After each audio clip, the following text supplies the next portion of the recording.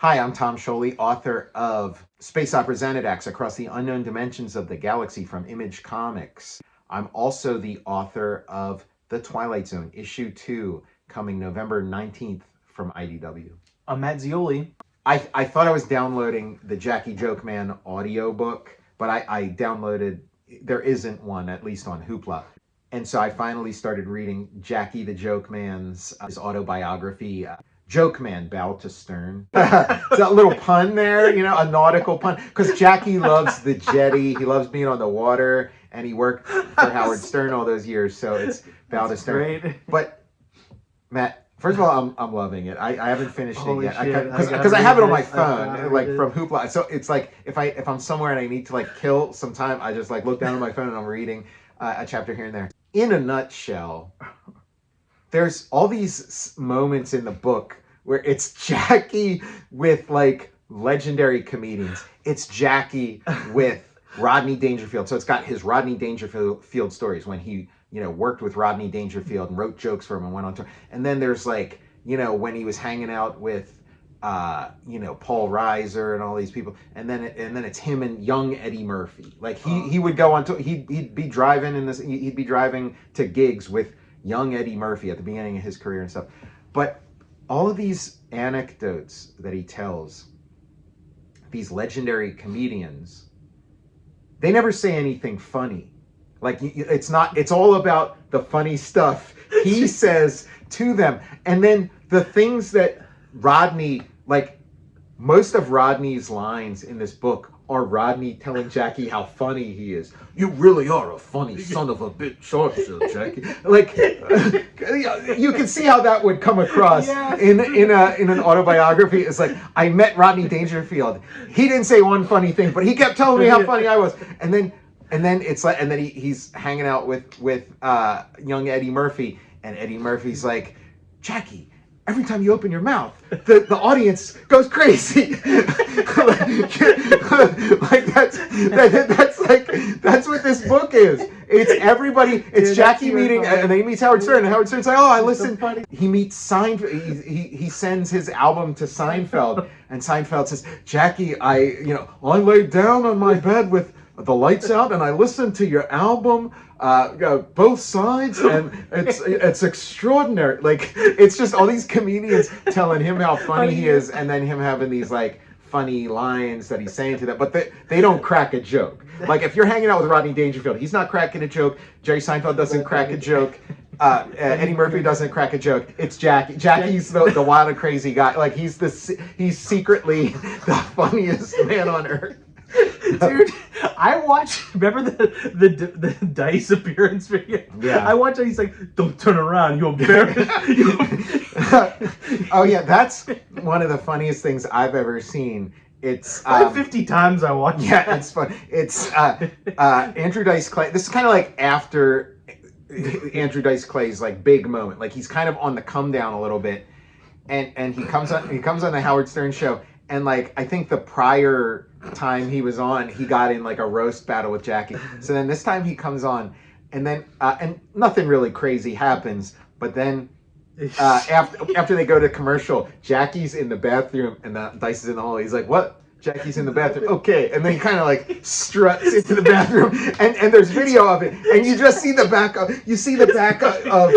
Jackie's head, his ponytail, like it's like fake Shemp or something. Like, it couldn't have been set up, but you just see the back of his head at the urinal, and then Dice is like, "Well, what do we got here?" He's literally pissing. Yeah, and like Jackie can't turn around because he's like midstream, and so like Dice just gets to like roast the back of his head, just tell him what a piece of shit. And like Jackie like turns his head a little bit, and he's like, "Oh, this is so unfair. This is so unfair."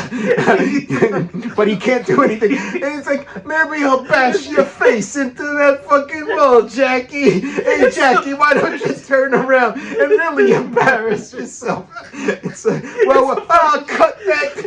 Hey, somebody got a scissors. I'll cut that ponytail right off. It was the funniest thing I've ever seen in my life.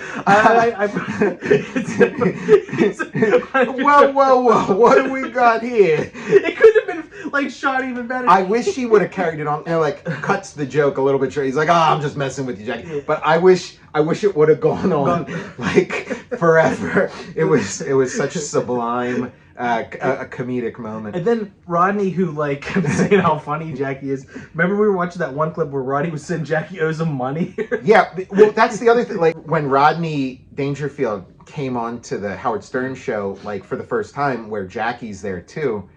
He does his interview and then he leaves, and then they're like, "Yeah, Jackie, all this time we've known you, your big claim to fame was like you knew Rodney and you would write jokes for him, and then Rodney came in here and you guys didn't say one word to each other." Like, and so Jackie was like, "Yeah, I was lying too. That I made it." Oh no, you made it. And then they find out it's like even worse that like he had this huge falling out with Rod, and Rodney was still like angry about like he'd still bring it up. Stern would say to Jackie for years, it's like, "Jackie, you got all this talent, you got all this stuff going for you. Like, why don't you just like sit down and just be a little more honest, like in your comedy, like, okay, the jokes are fine, but why don't you do some actual comedy, actually like talk about yourself, talk about your life?" But like he just was never capable of doing that, and it kind of continues into this book. If he would just kind of let the wall down a little bit, that like that like Jackie facade down, and just be a little bit like talk about the falling out with Rodney, but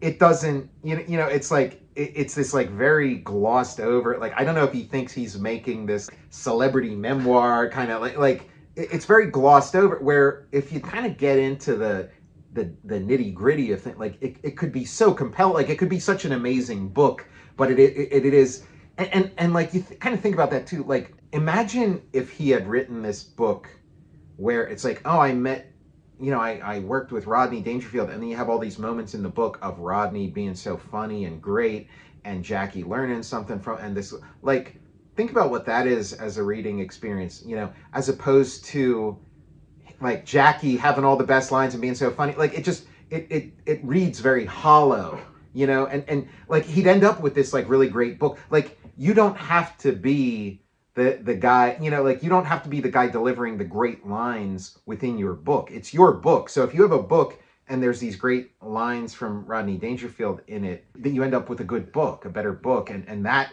reflects well on you. But it's, again, I think he and Stern do have similar character flaws that maybe is part of why they worked so well together, and then why they eventually had like a falling out or whatever. But because he can't like just sort of step out of that a little, or let himself be vulnerable in any way to make something really good. I started listening to Stern when Jackie was on the way out. Yeah. Like early 2000s, and like Artie had just arrived. Mm-hmm. So all I knew was, what is it, Win Jackie's Money? Yeah. Like I grew up with that Jackie era, and like some of the funniest things I've ever heard or experienced or whatever was that Jackie era, and a lot of times it was Jackie direct. Like, I think he's amazing on that show. Like that, to my mind, it was, the show has had a lot of, peaks and valleys and stuff, but to me it was never as good as those Jackie years. And then the Jackie years with Billy West were like, that was the peak. But just like Billy West describes it as an avalanche of comedy. It was just like relentless comedy. And when Jackie left, that was an aspect that was missing. Like you could feel the absence. It just, like the comedy content was not as relentless. And again, like, your taste may vary. Some people might prefer, like, maybe, oh, it's too jokey, I want it to be a little, whatever. But like, to me, that the Jackie era is just amazing. And again, I wanted like, I'm gonna finish this Jackie book. I am enjoying it, but I wanted to love it. But again, he's kind of getting in his own way a little bit with it. Like, he has this idea of how he wants to be seen and how he wants to be presented, and it's keeping him from making a great book.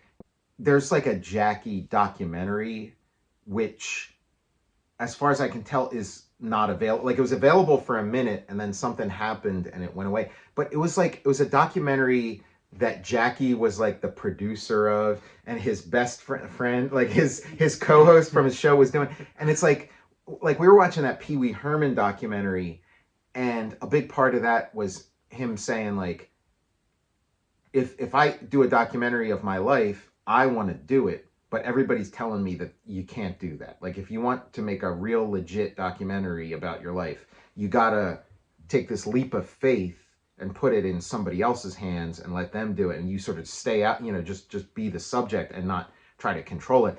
And like Jackie couldn't do that, so he has to me what looks to me like a very like superficial documentary about himself, where you're not gonna get the real I didn't realize he had that many like comedy albums. So I'm gonna tap into some of those. He's got a bunch of comedy albums.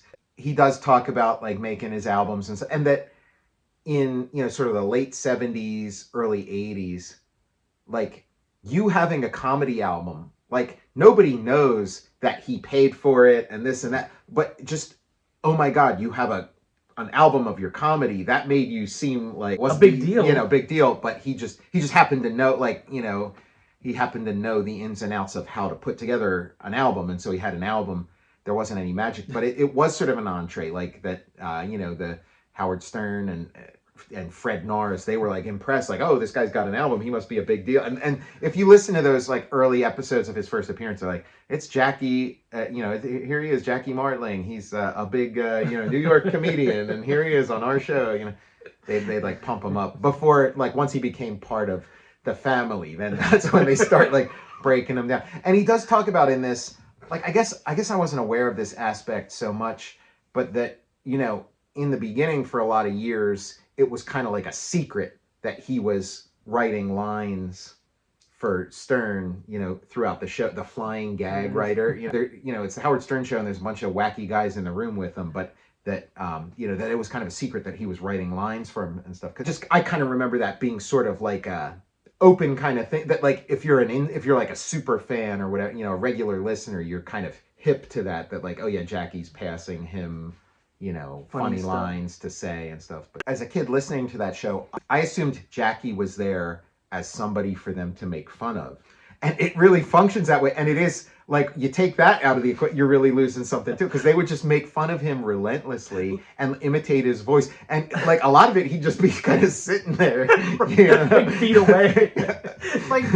My first experience with Jackie was like, them talking about his bad business moves and stuff. So I still can't shake the fact that he's a terrible business. He's the guy who left Stern. The number one, and then like the number one show. I liked Artie. that Dice Man thing is so good. Bash your face into the urinal wall there, Jackie. Anybody got a scissor? I'll cut that ponytail right off your fucking head, you fossil. That crap between your wrinkles in your face, you old fuck. I like it. It's even better that Dice is like on his way out, then he hears word. He's like, it's fun, and he's like gesturing and like saying all this like kind of stuff. And Jackie, it's just the back of his head, and he's like, oh, this is so unfair. This is so unfair. Well, what do we got here? Jackie, why don't you turn around and really embarrass yourself? There's like a complete stranger here. Anybody got any scissors? I'm gonna cut that fucking thing off your head. When Jackie like finally cut his hair, because he always had like the ponytail and the long hair, and then when he like got his like short haircut like towards the end of his run on Stern, they were like, oh, Jackie, bad move. Oh, you look so old. Oh, it's depressing. You were kind of like a young, hip guy with your ponytail. Now. Like, I'm an old hippie. But yeah, I am enjoying. Yeah, and it's also like the book. It's like him being the funniest guy in the room when he's with all these, and then it's like it's him having all these like sexual conquests. It's like, I mean, unless this is all calculated and it's this hilarious like parody of. He's all the legendary comedians say he's the funniest guy I ever met. Mm-hmm. He's just nonstop fucking. Yeah, it's James Bond basically. He's got all the best lines, and I'm reading it through Hoopla and stuff, this digital platform, but the pages are all numbered and stuff. doesn't seem like there's a lot of words per page. I gotta say that. Like, I want to see the physical version of this book because I gotta. It's like 40 pages. Yeah, long. I think it's something like 200 pages, but there's maybe like a paragraph and a half on each page. I'm Tom Scioli, author of space opera Xanadax Across the Unknown. I'm thinking about dice in the urinal. He's like, well. Anybody got any scissors? I'm gonna cut that fucking thing off your head. Oh, bash your teeth into that urinal, Jackie. Why don't I? Oh, this is so unfair. The one dice line from his big fight with Jackie that I always use is, looks like you're combing the hair from the ass up over your head. I'm Tom Scioli, author of space opera Xanadax Across the Unknown Dimensions of the Galaxy from Image Comics. I'm also the author of The Twilight Zone, issue 2, coming in November 19th at a comic store near you. I'm at Zeoli. And yeah, we'll see you next time. I'm gonna have to watch my 6 on a urinal so Dice shows up. I mean, that was both of their finest moments. Man, Jackie so and Dice was that moment. I never laughed harder.